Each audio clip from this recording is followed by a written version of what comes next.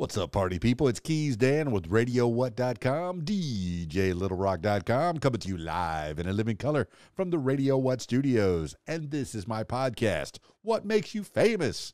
It's an extension of the RadioWhat.com internet radio station that I've been running for quite some time. And if you need DJ services, where do I always send you? DJLittleRock.com. One more time.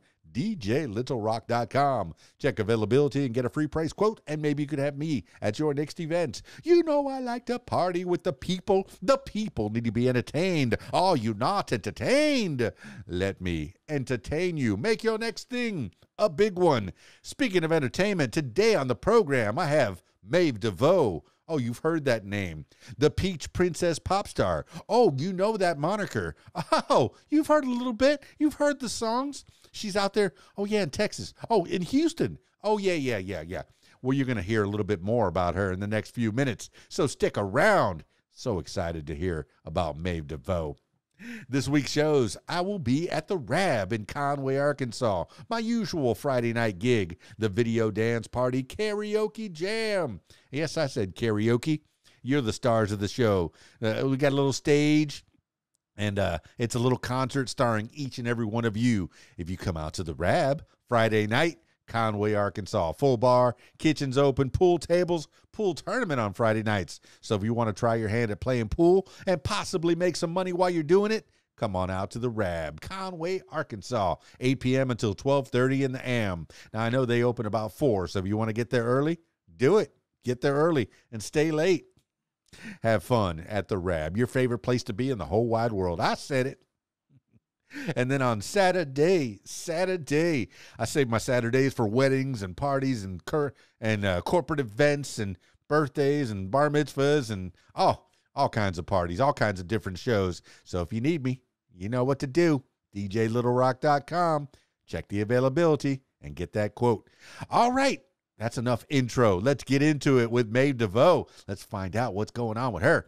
I got her on the Skype, so if you're listening to the audio version, I encourage you to check out the video version on my YouTube, youtube.com/user/KeysDAN. Skyping Maeve De Voe now. Hello. Wow, look at you, right on time. Well, first of all, hello. Asan Zuri. Asan Zuri. Sorry, I don't have the little sparkles and everything flickering all over my head. I do like that. I don't think I've ever spoken to anyone that has made up their own language. Yes, it is so much fun. I think it's a really fun activity for whenever you're bored. You know, you just come up with random words. Well, just go for it. I mean, it sounds pretty good. I got a little bit of a hum from you, but other than that, it sounds pretty good. Did that fix it? I think you cleared it up. My goodness. Maeve De Voe, she's not only a Peach Princess pop star, but she's also functional as an engineer. So if you have any engineering problems, she will fix your sound problems. Oh, yes. Well, all right, for those that are listening to the audio version, I really encourage you to check out the video version of this podcast because you'll see the Peach Princess right there. She's a pop star. A pop star. Asan Zuri. Oh, my goodness. Yeah, I watched that video front to back, and yeah, okay. Thank you. I have a daughter, 17 years old. She's studying Japanese.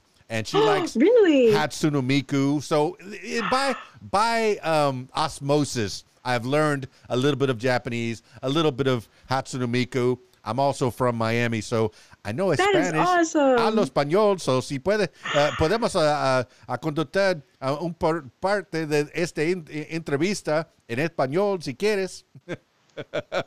Yay! But I noticed that you sing. All right, and I haven't even introduced you. I never introduce anybody on these things. Anybody that comes onto a podcast has already read the description, has already seen the links, and already knows that Maeve De Voe is on the What Makes You Famous podcast.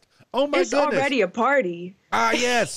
Well, speaking of, I mean, you have a great background. I'm looking at the background, and it's positively sparkles. You're living up to the image of the peach pop star, the sparkle, the ansan suri. And I'm sorry, I have not remembered any of the other words. I know that there's one for love, and there's one for like oh my gosh, really love. thank you. There's one for like really love.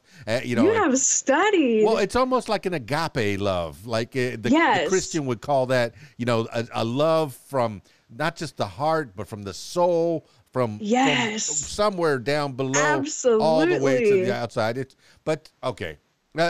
I don't even know where to start. I'm so excited to have you here. This is so fun. I'm so excited. But, you know, I've listened to your music, and can I say bangers? Club bangers? Oh. Yes. It is my goal to make the world smile and to make the world dance.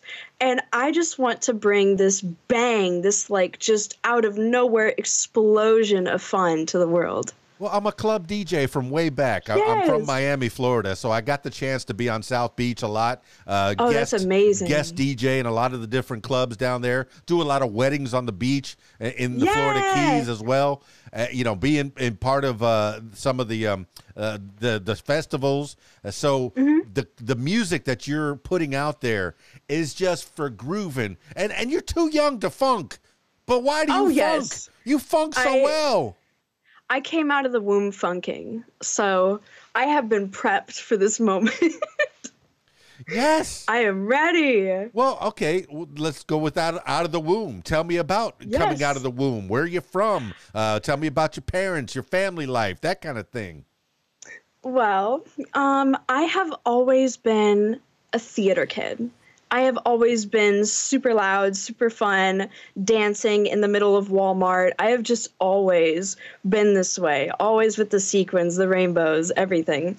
And I noticed that looking back, because like this is kind of a shock to me, because I did go through this phase of like, oh no, I don't want sequins or pink or anything. You know how that is. But looking back, I've always been a princess.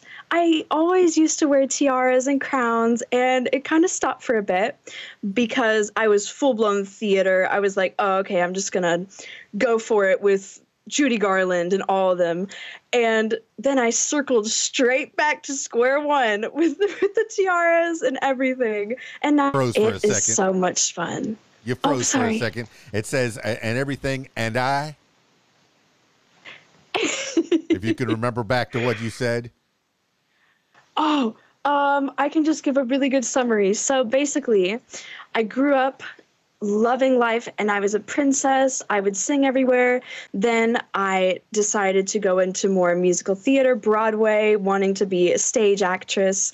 And then it came full circle back to being a princess. But this time, I'm a pop star. A princess pop star. A peach pop star. Yes. And you're living up to... Okay, I know that there's a pink out there. I'm not sure that there's a peach. So I think There's not. You have the ability to step into that function. And even pink is not pink anymore. She went blonde, platinum blonde. Yes. So, but I also saw the video where you went peach, and that was a couple of years ago. You've been living the life. Oh, it is I like to call it my soulmate hair color. I love to call it that because I feel like every single time I have peach hair, my soul gets like aligned and like just all of my chakras, my brain, my heart, everything is just like ascending slowly. And it's just so nice. So I love to call myself the peach-haired princess pop star, the peachy princess pop star. And there really is no one out there that loves peaches that is a celebrity. So I'm like, oh my gosh, this is crazy. Well, I tell you, I just ate some oranges. So no, there are no peaches in this house. I had a banana earlier. I had a cutie orange, but I have no peaches. And now I have a peach in front of me. I'm so excited about that. But I'm a human peach. Yes. I think that's the poll quote right there. I'm a human peach. That's it. That's the one. That's the one that's going to be revolving on the internet over and over. Yes. That's the one that's going to go viral.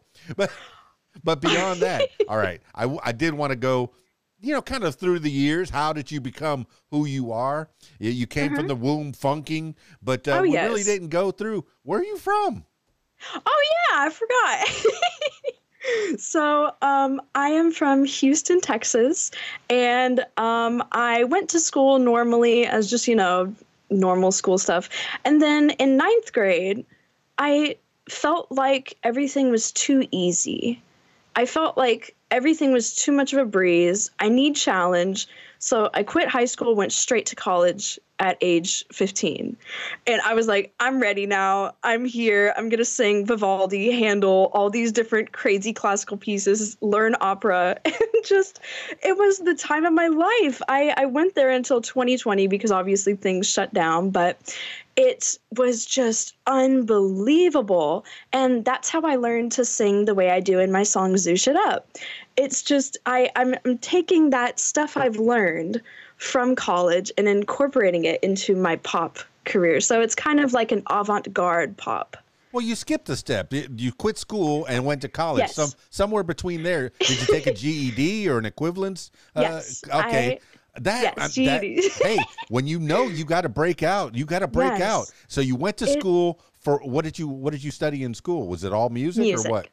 Oh, yes. So you've studied the classics, because I saw the first video that you have on your YouTube is you at the piano, or you singing something classical, Kimi no Jin no Niwa cover. And forgive me, my Japanese listener, forgive me for my pronunciation, because I am bad. I should commit harikiri right now. No, it's terrible. I bring shame on my family. It is a song that is the ending, if I believe, this is a long time ago. It is the ending to an anime, which was the movie version of the anime of Madoka Magica. And it is the saddest song on earth. It sounds stunning, but it just makes your heart break. And I sang that with my best friend in college. And I think that was my first semester in college. Well, I'm a child of the 80s, and I did watch Karate Kid, and I remember Pat Morita, oh my goodness, Miyagi. He sang a very sad Japanese song, and I'm not sure if that's the same song. I don't remember. I was just listening to it, but I didn't put it together just then. But there's a lot of songs in Japanese. There's Japanese blues. I mean, as much as there's J-pop. That's really jazz and oh my goodness, it's a big flavor. And have you studied Japanese? Was that something that was in your purview, or what brought you to the Japanese part? Was it all the anime? I'm so happy you asked. I actually have a goal of learning and speaking and singing in 12 languages. So it is my goal to one day have an album where there's 12 or 13 songs, and every single one is a different genre and different language. Nice goal. You're going international. Yes. I can't say you're just beginning. You've been at this for years already. Yes. But your goal to go with the different flavors to embrace yourself to so many different cultures and languages and flavors, and this is all going to sprinkle into your peach pop starness, your Maeve De Voe-ness. Yes. Have you figured out what you call your language? Is it Mavenese? That seems to be the best one. I'm going to put my vote in for that one. Yeah, I think Mavenese. One of my friends dubbed it as Mavenese, so I think it just stuck. I think it's definitely going to be Mavenese. I would like to tell you my full name, if that's all right. So, with this life, I have a very long name that comes with this whole thing. So it is Maeve Magnus Bonabella Lavaletta Bourbonnais Dubonnet Beauvais Belvoir Bordeaux Molyneux Decaux DeVoe. It's so long you stumbled through it, okay? It's so, yes. It's like the first time I saw The Fifth Element. Yes. Oh my gosh, yes. I have to write it down and look at it and be like, okay, wait, what's my name again? Le Luminas Dabatsa Ektbat Sebat. And I'm sure that's not right. No. It's so much fun to say whenever someone first meets me and they ask my name, I whip that out and they're Let's just get a clean version of it. Let's go ahead and do it in 3, 2, 1. Maeve Magnus Bonabella Lavaletta Bourbonnais Dubonnet Beauvais Belvoir Bordeaux. I messed up. I can't even do a clean 3, version. 1. Okay, here we go. Maeve, Magnus, Bonneville, Lavalette, Bourbonnais, Dubonnet, Beauvais, Bellevaux, Bordeaux, Molyneux, Decaux, DeVoe. Boom! Yes! I did it. I said my name. You said your name. You're such a good girl. Said my Such name. a good girl. That's what you I'm say. going to graduate kindergarten soon. I'm so Fantastic. happy. But no, you're ambitious. You get out at 15, and no, you don't quit school and then go, work at fast food. Not that there's No. anything wrong with that. I worked at fast food when I was 15. KFC, thank you. Swenson's Ice Cream Parlor. KFC. So yeah, I did my share, my first jobs, but you went straight into college. You wanted to start your life. Yes. You were ready to go. What did your parents think about this? Oh, they were so happy because my sister was in college before me because she's 4 years older. So she was in college at the time that I was in 9th grade, and I would have to go to the college all the time to go pick her up. And so I got really comfortable with this college, and I would just walk around, and I would go in full cosplay, by the way, just randomly to college, and to high school. But it was just, I felt so comfy, and I was like, you know what? I can take some classes. And my mom was like, you know what? I really agree with that. I think we should totally take some classes, audition for the choir, and just go for it. Why not? So it's just, life is too short to be like, oh, I don't know. You should just go for it. Just try it, And you went for it, okay? And until 2020, when the world stopped turning, I guess. Yes. You went and you did your thing. Now, you did mention cosplay. I guess, I think underneath this shirt, I'm wearing my yellow Comic-Con shirt. That was, let's see, Anime Con. This is my Anime Con Yay! shirt. But I've gotten the pleasure of DJing at a lot of different cons, providing the sound. Really? Getting to meet a lot of the stars of my favorite shows, of my favorite cartoons, voice actors. I know you're That's into that. amazing. We'll get to that. But I know Houston. That's a big town, and I want to make sure. I want to make sure you're actually from Houston, Texas. Let me test that. The stars at night are big and bright. Oh my gosh, that just brought back a childhood memory. Finish it. Oh gosh, I don't know. I'm blanking out. Deep in the heart of Texas. Oh yes, deep in the. Oh my gosh. Oh man, I feel like I just turned 8 years old, and I just remembered that we had to sing that at school. That's my Pee Wee Herman test, because he, in Pee Wee's Big Adventure, he visited the Alamo, and he proved that he was in Texas by singing that little ditty, that little piece of that song. I love that. Oh man. So growing up in Houston, big football, that's all I hear. What college were you in? Make sure you represent. What college? I was in Lone Star College, Montgomery. Slay. Represent. Okay. Yeah. But it was so nice. Yeah, I know that Texas, it's huge. When I went across Texas on I-10, I went from east to west on my way to San Diego, but I did stop and do some parties, I think in Austin. Maybe there was one in Houston, but this was like, years ago. I remember it was such a big state. There's so much in that state. Have you explored all of Texas? What did you get into growing up besides dancing and singing in Walmart? Well, Walmart is such an important staple of my career. I'm in Arkansas. I know Walmart. Oh yes. Well, at one point in my life, this was whenever I was trying to figure out how to be a pop star. And I was trying to figure out, do I really want to do this? What in the world do I do? I joined a cosplay group where we performed at cons. And we sang the songs and danced anime songs and stuff. And that was for an anime called Love Live. That really, really introduced me to the concept of there's no borders, there's no walls, there's no box to performing. You can perform anywhere, you can wear anything, you can do anything, you can sing in any language. And from then on, it just kind of I started like really working on being a pop star, because that was the experience of people sitting in the audience. And then so many people came into it. It was standing room only, was amazing. Just for me, like singing and doing little anime songs. I was like, whoa, I want to do more of this. And I decided after doing that for 2 years, I'm going to do it solo. I'm going to do it. I'm going to try my best and make my own original music. I want to make my own original music. So it's just, oh man. And talking about Texas, I have only been to Houston. What's the other place called? Rosenberg and Dallas. I've only been there. You've never been outside of your state? No. Well, no. Oh, wait. Yes, I have. Wait. I thought you meant outside of. Okay. No.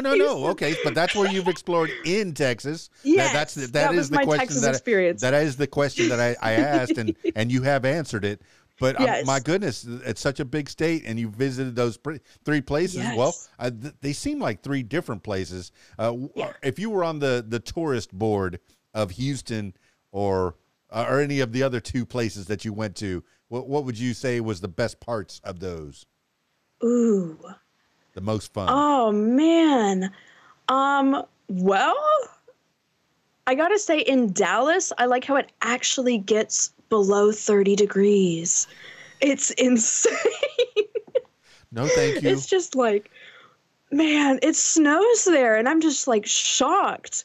It's just crazy because in Houston, just burning my skin, just face, body red. I'm sizzling like a little dried up fruit in the sun. It's just burning me. So going to Dallas, it's like there's 4 seasons. Mm-mm. It's insane. So, I don't like it being this far north. I'm just one state above you. And I'm from Miami Beach, okay? Yes. And I said beach. I said I keep it clean, all right? But no, I'm from the beach, and I miss the sand. My world turned from blue, from the water blue to Yes. green. Now it's all green, the natural state. Man. But you all right, Dallas. I know that they had their problems, with this, They do. with their grid over the last few years. That was a wild ride, to be sure. Yes, the grid problem was here too. It was definitely insane. It would just shut off randomly. We would just be like, I would be making a song and then just pitch black darkness all around me. I feel like there's demons in the room. It's just horrible. Don't you do that to my Maeve De Voe. No, don't do it. Don't come after the princess. All right, but I do want to talk about the cosplay community. Oh, Yes, my of course. goodness. I am involved here in Yes. Conway, Arkansas. I wish you would make a trip up here. But I the wish. last one I did was HorrorCon, and we had some stars from Friday the 13th, Halloween, some of the producers, some comic book artists. And this is just Wow. a few weeks ago. But I mean, we have Comic Conway, Arkansas. We have HorrorCon. We have Anime Con. That's let's see, so fun. Heroes and Angels is coming up in a couple of weeks. That's a charity event for people that have cancer, children with cancer. So the cosplay, the community that gets built up with, it's amazing. You get in those costumes, you become another person, Yes. you become a hero to all the children that come around you. Yes. Tell me about the feeling. Tell me about dressing up. Oh, I have a story. Before I knew what cosplay was, like I said, I was a theater kid. And what I like to think is that theater kids and cosplay go absolutely hand in hand. So, like, whenever I first started figuring out what cosplay was, I thought someone was wearing a theater costume out in public. I was like, what are they doing? What is this?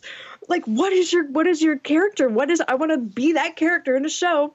And then they were like, no, this is cosplay. You can wear costumes and animate like character outfits daily, whenever you want. My mind was just exploded. It was amazing. And ever since then, ever since 2016, just so many cosplays, so many things. I would love to perform in cosplay. It would be a lot of fun. I So. think it might be a subculture of the people of Walmart. You know the memes that go around. Yeah. You know, people get dressed a certain way. People go all walks of life. Come as you are. Go to Walmart. You know, they'll be in their pajamas or they'll be dressed in a tuxedo. You never know what you're going to get. But you might see a unicorn going down aisle 12. I went in a SpongeBob outfit. So I have this massive inflatable SpongeBob that's a square in his face. I definitely went to Walmart in that. That was amazing. Yeah. It was an experience. How did the people treat you? Did they beat you up because you had this big old pillow blowing outfit? I mean, whenever I see like the Michelin Man or the samurais or the big blow up, you give them a little punch, because it doesn't hurt, so fun. and it takes out your aggressions, and it's a playful punch. Oftentimes it's just like really weird looks, but I do have a thing where anytime I'm dressed just normally like a princess, because that's my entire closet is princess outfit. So I have this thing, and I'm not trying to say this is a bad thing. It's just like I've gotten used to it, and it's really, really funny. I wear my princess outfits, the crown, everything. It's crazy. And people come up to me and they're like, "Is it your birthday?" And they always ask every day, "Is it your birthday?" And the day it was my birthday, I felt like I was on cloud nine because I could finally say, "Yes, it is." Well, all you have to do is say, "A very merry unbirthday to you, to you. A very merry unbirthday to you." It's Alice in Wonderland. It doesn't have to be your birthday. You can have fun anytime. In fact, one of my favorite costumes is the Mad Hatter. I got the Mad Hatter hat right there. But, when I'm doing cosplay, most of the time when I'm DJing, I have my OC, my original cosplay. It consists of my doctor's smock with my Radio What shirt, with some kind of crazy hair wig, with some goggles on, and I love that. I'm working. I'm a mad scientist behind the ones and twos. I'm playing this Maeve De Voe music to make you dance, to make you bump, to make you party, and got the lights going. Maeve De Voe, Maeve De Voe, and she's singing a song for you. Oh my goodness! La la la la. Yeah, yes, I love it. Oh, but I mean, beyond you have. So who's making the beats? All right, let's get into the music. Let's get into the brass tacks. Wait, let me say that again. Who's making the beats? Internet connection bad. Okay. Cliffhanger. Who's making the beats? I want to hear it. I am the producer, the recording engineer, and most of the time, the mixer. Princess Popstar, say what? No, that's for amazing. My original music. Yeah. Yes, for my original music, I am the producer. And for the covers, obviously, I mix them. And I'm the recording engineer and I'm the mixer for my covers. But for the originals, I am the one who's copywriting, I'm the one who's producing, I'm the one who's mixing, all of that. You did learn really something in school, okay? I did, yeah. Yeah, a lot of these kids, a lot of people, hey, there might be a listener out there that wants to become a pop star, that wants to emulate you, to follow in your footsteps, and you're giving people gems. You got to go to school. You got to learn that this is it's the music business. You better learn the business or they're going to eat you alive. I just remembered. Oh my gosh, this is so cool because you've been bringing this up. I actually went to the University of Miami. I went to Frost School of Music for the summer of 2016. Yes, my dream university. That's where I would like to actually go and like full on take classes. I'm the biggest fan of University of Miami. Well, I went to the University of Miami for lunch. They have a great salad bar. I went to Broward College. I went to Miami-Dade College. I went to Florida Keys College. I went to Ocala State. My dad's from Miami-Dade. What? Okay. Yes. All right. Let's talk about Dad. Maybe we know each other. Tell me about your daddy. Oh my gosh. Oh man. He doesn't tell me a lot about his past, but you're too young. Your fragile little mind. It will warp you. Okay. All I know is that he is from Miami-Dade and grew up there, did a lot of stuff with like what is it? Communication, all that kind of stuff with wires and all that. But he loves the ocean. I think he surfed in a hurricane, genuinely. So that's the family I'm in. Yeah, the only surfing I ever did was in Sebastian, Florida, and it was only like waist high, and I wasn't very good, but I tried it. Yeah. I did like surfing, but you say he's an engineer. Did we work together at the radio stations? Exito 105.5, WKPX 88.5. I'm going to have to ask. Y100 at 96.5. That would be amazing. Yeah, what if we worked together? What's your dad's name? That would be cool. What is he doing now? Is he an engineer for a radio still? He does communications around Houston. So he does like really huge skyscraper wiring for all of their comms, for all their cameras, all that. That is some smart work cool. right there. Super cool. Yeah. No wonder you learned how to engineer. It's osmosis. It's in the blood. So tell me. I have this dream of being able to do robotics and to do coding and making AIs and stuff. I would love to do that. Wave of the future. That would be a lot of fun. That is in the news right now. AI is getting so good that it's making people fall in love with it. It's making Google employees say, "My AI has sentience. It's become sentient. I'm in love with my AI." No, didn't you hear about that just maybe like a year ago? I didn't. I think it was a Google employee, and correct me if I'm wrong, and please don't correct me if I'm wrong because this is very fuzzy. I know I can easily just look it up right now because I have the internet in my hands. Wow. But there's he thought that the AI that he was working on, that he was teaching, became sentient. That sounds like a video game I played. Doesn't it though? Wow. Okay, well, there's two schools for the AI. Are they going to take over and kill us all, or are they going to become a tool? Who knows? Man. Oh, the world is for sure a very interesting place. It's most unusual. We're living in most unusual times. Well, AI is not something new. People all through history have said, I'm a human. I could do anything. Let me make something that's like myself. They were making robots, automatons, centuries ago.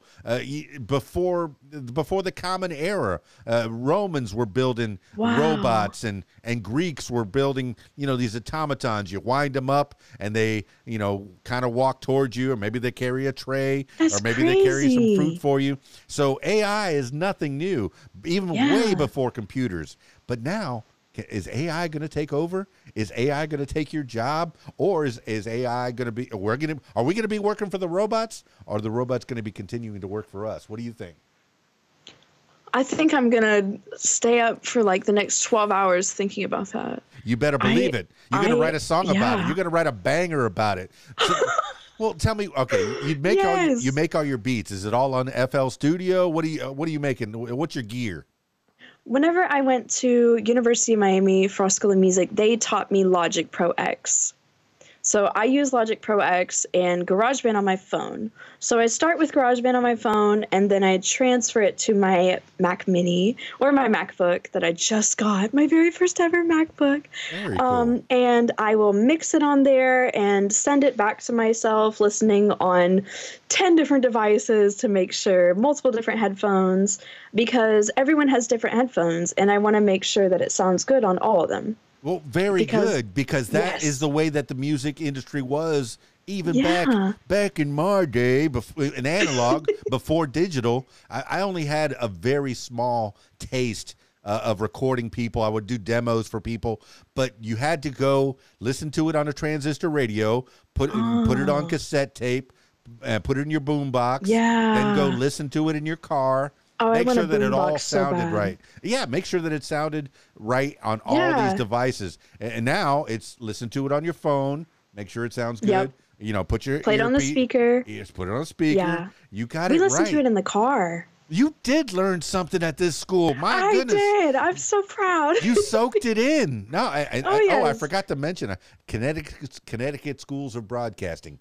I did do that. Okay. So when I was talking about all my alma maters. So I learned a little bit about Pro Tools and Final Cut and Final Scratch even. But I never did make the switch to an Apple computer. I used Apples when I was in school back in the 80s. Yeah, that's back in the back in the 1900s for you. You don't know nothing about that. You don't know nothing about that. No, I'm 2002. Yeah, you are. Crazy. Yeah, you are. But wow. so I mean, but you know, I know how to splice tape. If you look at your computer, it says cut and paste. Well, that's for cutting the tape and then putting some paste on it and splicing it back together and making a whole new thing. Wow, I really I was thinking about this earlier. That's funny that you bring this up. I was actually sitting and going, I want to do either an EP or a single or even an album, maybe recording it the way they did in the 80s, recording it the way they did it in the 40s, doing all this stuff and actually being real with it, sitting and cutting it and redoing it and all that kind of stuff. I would love to do that. Well, That's just because I want. Go ahead. Yeah, I want to experience it the way that artists did back then. If I'm doing a cover of something or if I'm doing something with like a band, I want to feel the same things that Freddie Mercury felt. I want to feel the same things that Ella Fitzgerald felt. You know, all these different greats. I just want to be in that situation instead of standing in front of a mic with somebody with 10 different screens and Logic Pro going crazy, you know, that kind of thing. I want to be able to experience it the way that they did. Oh, I'm so glad you brought up Freddie Mercury. Queen's my favorite all time. Oh, yes. I had 13 of their albums. I bragged about that all the time. I'm bragging once again that I had them, and I've since lost them. But I had them, and I played them over and over and over again. Oh, if you listen to the music of Queen, you're talking about you want to do different styles, different languages. They did different styles, different languages, different. Mustafa Ibrahim. Just stunning. You can do it in Arabic. You could do it in and one record would have rock, jazz, disco. Everything on that record. And I want to see a Maeve De Voe. I want to hear a Maeve De Voe record that comes up similar like that. 12 different languages. And Oh, man, I literally, Freddie Mercury is the reason this is here right now. That I'm doing this right now. Because I have an overbite. Almost the same size as he does, which is insane. And I've always hated it my whole life. I thought it was weird. I thought it was gross. I thought it was ugly and all that kind of stuff. And my whole life, people have told me, my family has told me, teachers have told me, there's some kind of magic in an overbite. There's some kind of magic in it. And so I was like, okay, fine, I won't get braces, but I'm just going to sit here and hate it. And eventually, I hated it so much. I was like, get me a braces schedule. Give me the Invisalign. I just need it gone. And I was like, I don't care about all this magic anymore. I'll just go to college and learn it back. And so we did all this. Nothing was working. None of the stuff I was doing was working for some reason. Like it was just, there was something to where all the doors were closing on this idea. And then I find out who Freddie Mercury is. Cancel that appointment, cancel everything, keeping the overbite for the rest of my life. And I got confidence that I've never had in my entire life, to the point to where I cut all my hair off in college, dyed it crazy colors. I was like, I don't care what anyone thinks. I'm going to be me. Yeah. And he does that. He really does that to everybody. He just gives this confidence. It's like, you can do anything, no matter how you look, no matter who you are, sing. And it's just like, okay, I will. I mean, I don't know if you'll break out the yellow leotards with the orange hot pants, but it could happen. It could happen. Oh, yes. I would love to recreate one of his looks for a concert. Oh, yes. But hey, did you watch that movie? Did you watch that movie by any chance? I did. Oh. I did watch the movie. It brought tears to my eyes. It did. It was a great performance. At first, because me being a teenager, I'm like, oh, I don't want to go watch it. I just want to sit at home, play video games. And my dad was like, no, you need to go watch this. And so I did.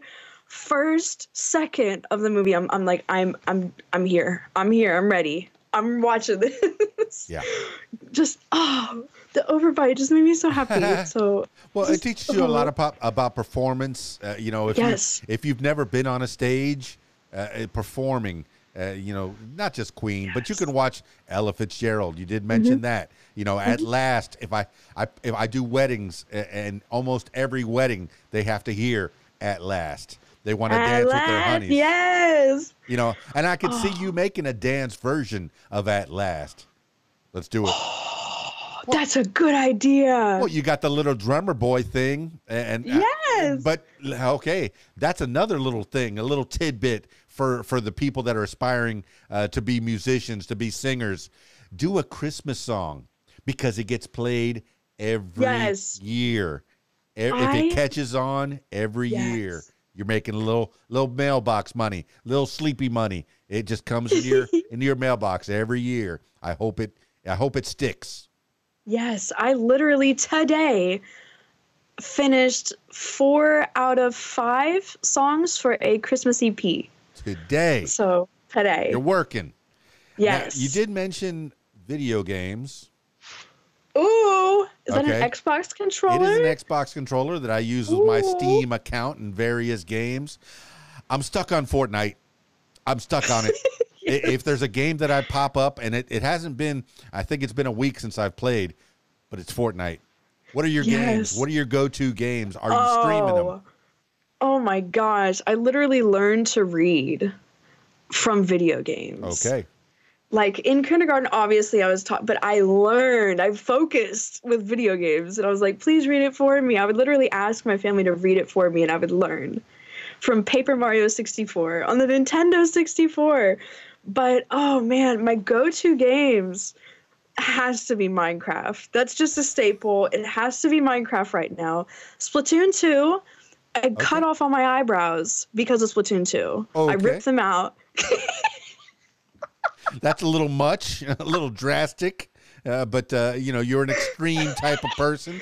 When you get it in your head, you go for it all the way. Those squids have fashion, and I noticed it, and I felt it, and I'm like, that eyebrow gone. I'm gonna look just like that. I thought I looked just like a squid kid. All right, and I did. You know, with playing Fortnite, there's a lot of different things that come through it. There was a Marvel version, and there was a Splatoon version where there was a Splatoon party where you can dress up like one of the characters and go fight people. Yeah, go shoot avatars and then dance. Wow. Always has to dance afterwards. You always have to dance after. Do an emote. Always. Emote. But all right, video games. You know, this is something. All right, when I was a kid, Atari 2600, that was my games. I had the Pitfall, Defender. I wasted whole Saturdays playing video games. So I'm glad. It's life. It's not. It could suck you in. You know, you know, like I said, my daughter played the Hatsune Miku, the rhythm games, Project Diva. Yeah. Oh, the rhythm games. My wife, she's into the Animal Crossing. I think she plays a little too much. Oh, yes. But it makes her happy, and I'm happy. Animal Crossing is addictive. Happy. Yes. I don't want to get into it because it's going to suck me in. It's going to suck what little time I have, and it might be a good thing. Sometimes it's really interesting because there will be days whenever I'm like, okay, I'm going to take a break from producing. I'm exhausted creatively. I'm just going to play Minecraft. Okay. And I play so much that I go outside and I'm like, these trees look weird. They don't look like the trees I'm used to. Well, for my listener that doesn't know what Minecraft is, what is Minecraft? What do you do in Minecraft? Okay, you everything's a square. Even circular things are square. If you looked at it, it's a, dodecahedron up close. It's a game where it's survival and also creating things. So you can go down in a cave, get some horror game feels by being attacked, and gather materials, learn all about how all these different ores and just how to make things with like clay to make a brick, all that. But at the same time, you can turn it in creative and make just a Barbie house. Or you can make like, because I made a Barbie house recently. You can make a castle. I made a 60 by 60 castle recently. Just the most massive things. Or you can just make a smiley face in the ground with blue wool if you wanted to. Dirt homes. That's a big one. I know at one point she was playing that and she got attacked by werewolves or something. Or some kind of wolf. Yeah? There's werewolves in it? You can make them dogs. So they can be both villainous and lovely. Also cats. Cats can't really be villainous. They're just kind of like an invasive species.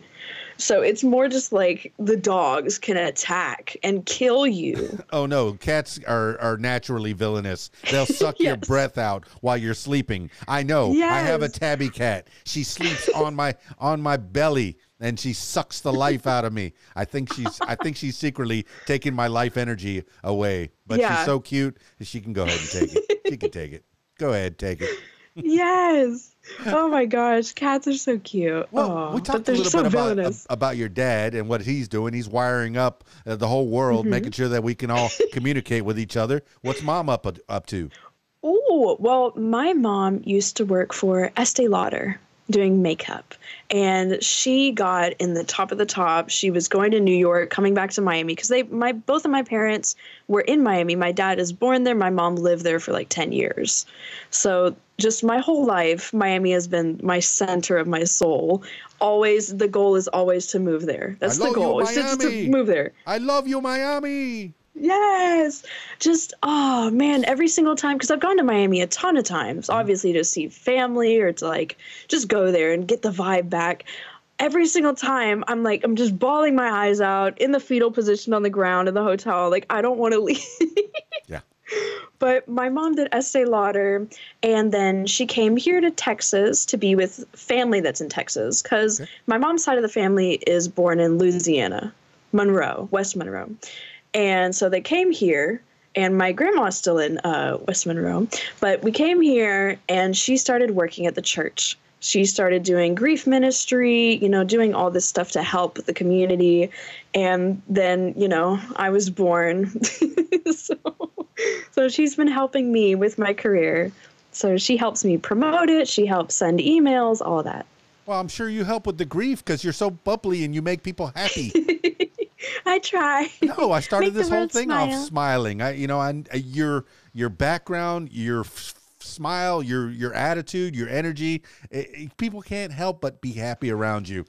Just listen to your music. That's a start. But then once they meet you, hey, there's nobody that doesn't like Maeve De Voe. There's nobody. Oh, thank you. That's what I feel. That's what I think. Thank you. It is truly my mission to make everyone smile. And I do have an idea. I don't know if this is like borderline dictator or not, but I do have an idea. It is, I want to do a national Make the World Smile Day where everyone around the world at a certain time, I'll make sure it works for every single time zone. If they're in school, everyone stops, the TVs come on. Hello, Ascensori, everyone. It's time to smile. And then everyone smiles. And it's like a little 1 minute smile. And the whole world smiles together. I feel like the whole atmosphere would shift everyone on the planet smiled. Yeah. That would be insane. I want to see that so bad. Start that Facebook event right now. Yes. Okay. Yes. Pick a date randomly in the future. A date that, because every day, and I do subscribe to one of these daily calendar things. Every day there is an event. So you could invent Ascensori National Smile Day or International Smile Day. That's the goal, right? Since you're going international with your 12 languages. All right, you're speaking English and Spanish pretty fluently. The Spanish Spanish is work in progress. Okay. I am able to keep a conversation. Reading is the easiest. I changed my entire phone, TV, computers, everything to Spanish. So Yeah, I know a decent amount, but it's a little bit scary whenever someone who's fluent just starts just machine gun Spanish at me, and I'm just like I just forget it all. When in reality, I'm reading it every day. Well, I see it every day. The last station the last station that I worked at in radio station in Miami was Éxito 105.5, Éxito 105.5, bilingual. Okay, so it was 2 Spanish songs, 2 English songs, salsa merengue, freestyle disco. Those were like the 4 tent poles. Wow. But I speak enough Spanish that I can handle that. But then I had a lady who spoke so fast as my co-host. It's so scary. And I said, you got to slow down. Despacito, más despacio. Oh my goodness. Yes. But I'm losing it now. You know, I'm third generation. Yeah. I'm Cuban on my grandparents, on my mom's parents' side. So, I mean, what is your family's background? Is there any Spanish in there at all?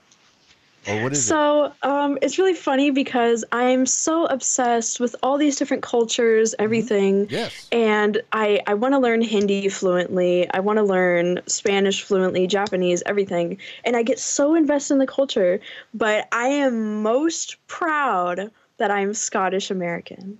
I am full on Scottish Irish.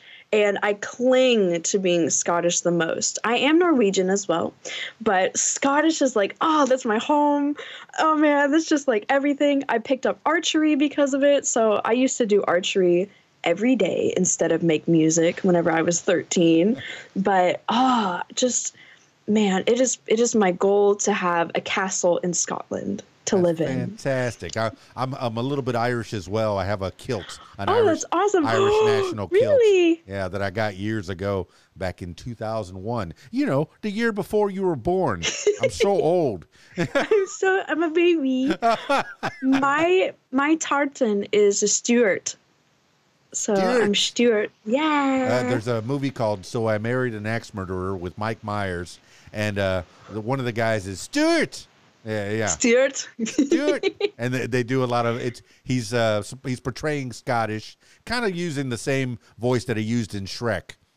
Same voice. For his dad, he plays himself, and then he plays his dad as well. And there's haggis. Oh, have you ever eaten a haggis? No. It's a Scottish thing. What? It's sheep stomach stuffed with meat and barley. And what do you do with it? I don't know. You eat it? I think that most food in Scotland and even England, maybe the entire UK, most of the food there was eaten on a dare. Spotted dick? Come on. Yeah. A bloody pie? No, please no. Don't do it. It's unique. It's definitely unique. I'm used to Tex-Mex food instead. Yes, please. Sí, por favor. Yes. Oh man, there's this Tex-Mex place right next to my house that I literally went to since I was in the womb. And so they've seen me grow up, and they help me with my Spanish. They talk to me all the time in Spanish. I order in Spanish. So it's really, really cool that I have this little Tex-Mex place. Oh, you better shout them out. We'll put them on the What Makes You Famous walking tour. We'll shout them out. Okay, it is Cilantro's. It is in the Woodlands, Texas area. You heard it. They have known me since I was a baby, so go sponsor them. Check them out. Pretty soon they're going to have a plaque on their door. This is the place where Maeve De Voe used to eat her burritos and her tacos. My French fries. And French fries too? Wait a minute. It's Tex-Mex. Okay, so there's a little American in there. See, I guess I don't know what Tex-Mex is. I thought it was all burritos. It's not. My whole life, this is the weirdest thing ever. But ever since I fully embraced the whole princess stuff, it makes sense. My whole life, and I've changed this recently, but still, I do not eat hamburgers with the bun.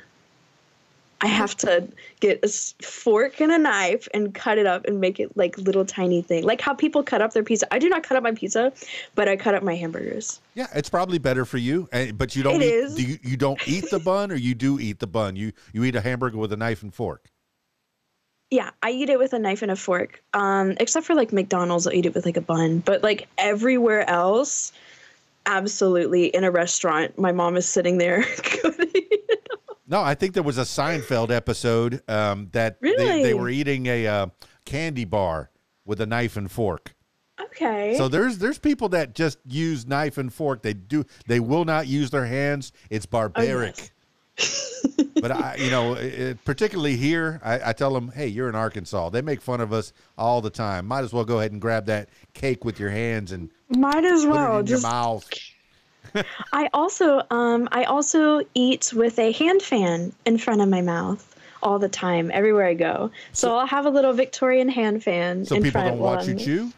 Is Yeah. that what? It's for modesty? It is? Yes. How about that? And how long has that been going on? Well, my whole life I'm that person that gets the menu, makes a fort to where it's just me in a little tiny cubicle and just like eats instead of the cubicle. So I'm like, there's got to be a way around this. There has to be a way around this. I cannot do this at 5-star restaurants. So I'm like, I know exactly what to do. I'm going to get my hand fan that's already in my bag and just hold it in front and just eat like that. And then I feel amazing because I'm not sitting there going like, okay, I need my little cubicle. Okay, but that has to clash with your center of attention gene. You have the modesty gene, but then you have your center of attention. Yeah. Dig me. Split. Yeah, it is split down the middle of like, okay, well, I'm just going to be modest and like eat so that way no one sees me like just scooping up spaghetti and just going crazy. And then I have the Zoosh part of my brain where it's like, I just crystallized myself.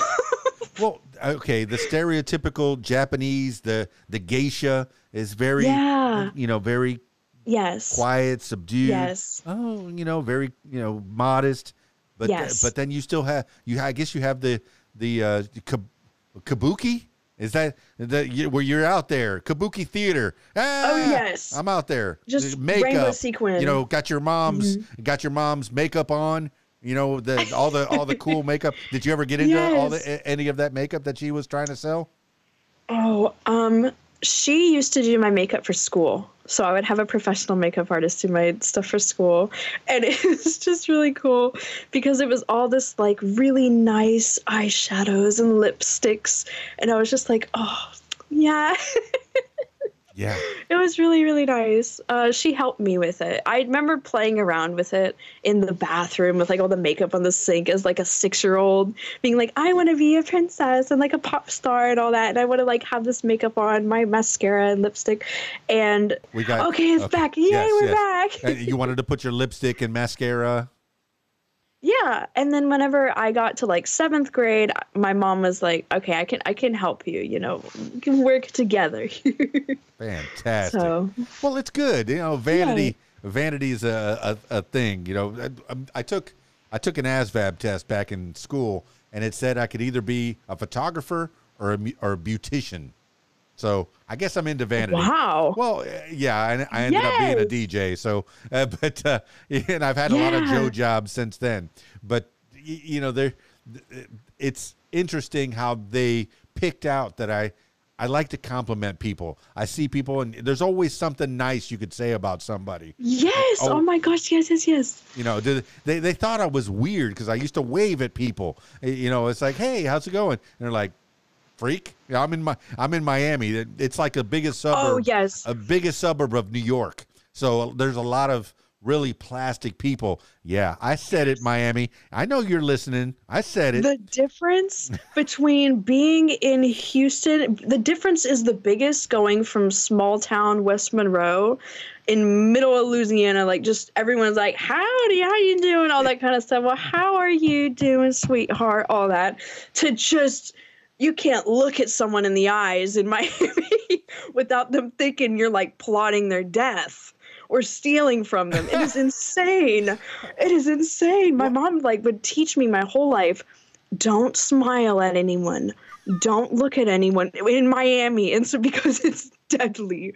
Because she worked in the mall. I forgot which mall it is. It's in Miami. Okay. I forgot which one it is. We went there all the time. Okay. And just don't look at anyone. Yeah, I guess the one closest to University of Miami, if that was any indication, it was the Bayside Mall. There might have been. I think Been so. Bayside. I love Bayside. Ah, fantastic. See, I love Coconut Bayside. Grove's one of my faves. Coconut Grove, yes. I wrote a whole song about that. Oh, I think there is a song called Coconut Grove, but hum a few bars, and as we wind this thing down. Oh gosh, no, it's a secret. Oh, I have to release it later. It's called Grove Girl. Wow, it's not even out yet. We're getting little exclusives. Yes, I like my exclusives. All right. Hey, I like to be mindful of people's time. I've had a blast.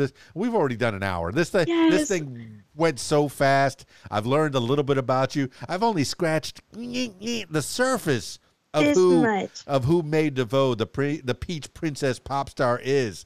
I need you to come back as time progresses and tell me about things that you're getting into. Are you playing music out? Is it all recording music? You have? I see the setup there. You have your own recording studio in your house, so you can make your own. I mean, the stuff that you're making, I'd say it's even better than demo qualities. You're mix mastering it very well. You've learned the equipment. You're putting your Macs to good use.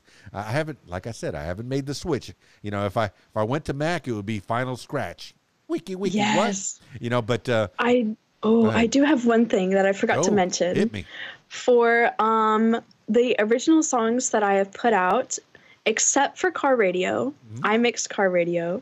I actually met someone who is with a management company in New York, mixing all of the number ones on the top 100 Billboard. And I'm just like, oh my gosh, what in the world?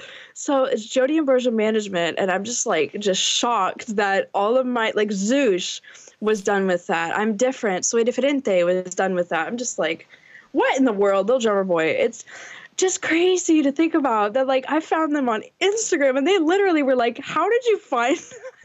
Well, this internet can be used for good or evil, and you've used it for good. But yes, okay, this is the time to give the shout outs. You even put Big Time out as an acapella. So if any of the producers are out there that want to remix it into something different, make it a jazz, make it for sure. You know, you've put your voice out there.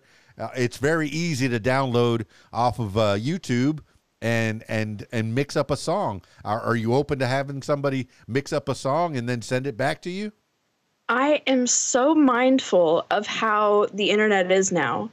Sped up versions of songs, slowed down versions of songs, remixes where they take the acapella, put it on a different instrumental, all of that.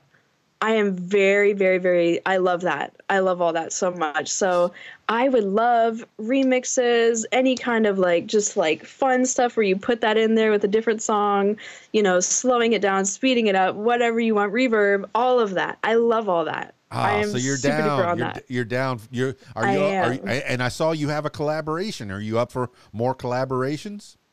Yes, I am. I'm actually in the works of creating a song in Hindi and looking for somebody to do a collaboration with.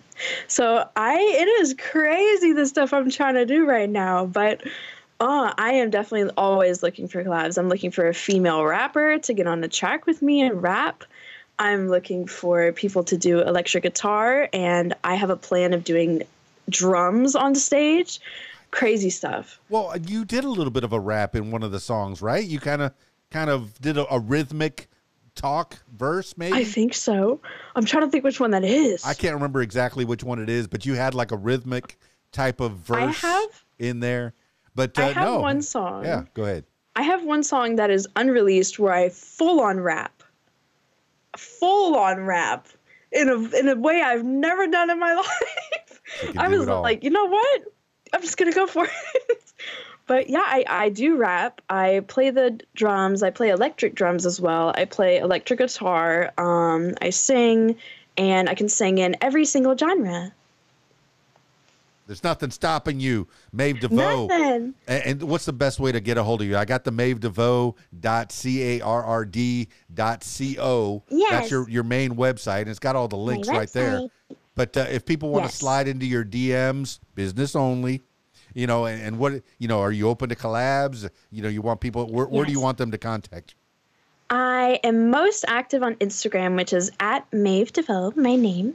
I check my emails every day, so if you want to talk to me, shoot me an email.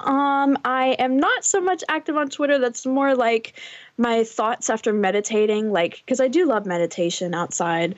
And I'll just be like, you know what? I'm just going to pour my heart out this tweet randomly. I do check Snapchat sometimes, but Instagram and my website and my email. Well, I see TikTok is in the news. If you want to, do you know anything about that? What do you think about TikTok being taken away all over the country? Are people going to go for that? I used to be very, very active on TikTok. I would post a ton, and now that I heard the news, I'm like, oh wait, I don't want to put all this effort into it just for it to be taken away like tomorrow or something. So I'm like, oh, I gotta finish all my drafts. I gotta post everything as soon as possible.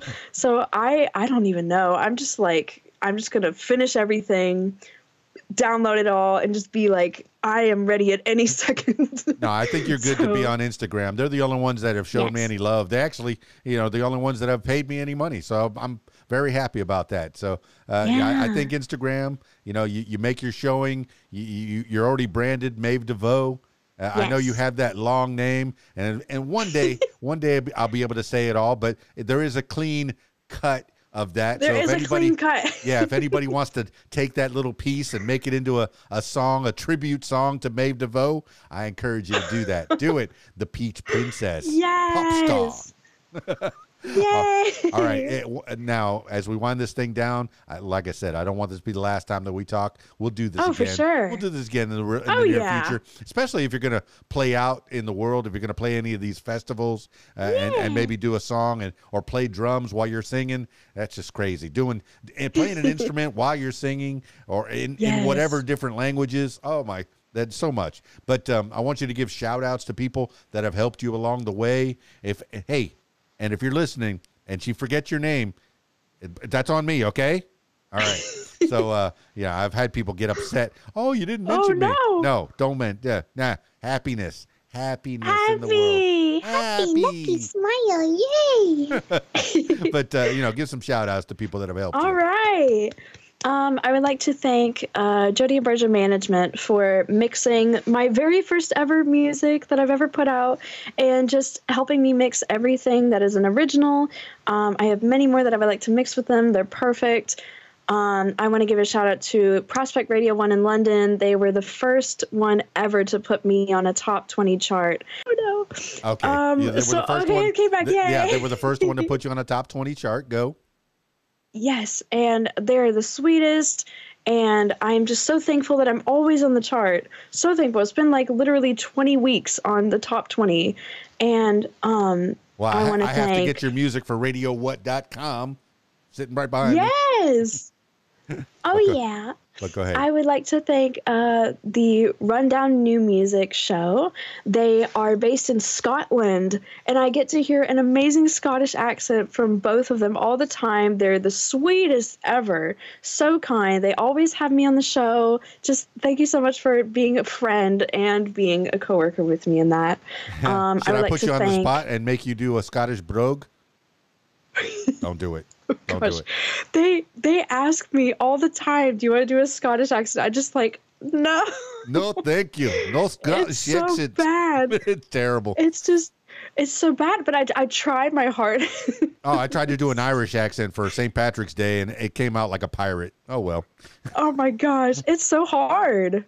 It's so difficult. But continue with the shout-outs. Okay. I would like to thank T Galaxy in France for creating my piano album cover and another single artwork that is secret. And I would like to thank Cat's Art for creating the Little Drummer Boy and Car Radio artwork. Thank you so much. I would like to thank everyone that's following me and watching and keeping up and commenting such sweet things and just everyone that supported me online. I would like to thank my family for being so sweet. I would like to thank my best friends, Josh and Rhett. They make me cry my eyes out laughing every day. So they're awesome. I would like to thank my sister, who's a part of my family, but I would like to thank you for having me on here.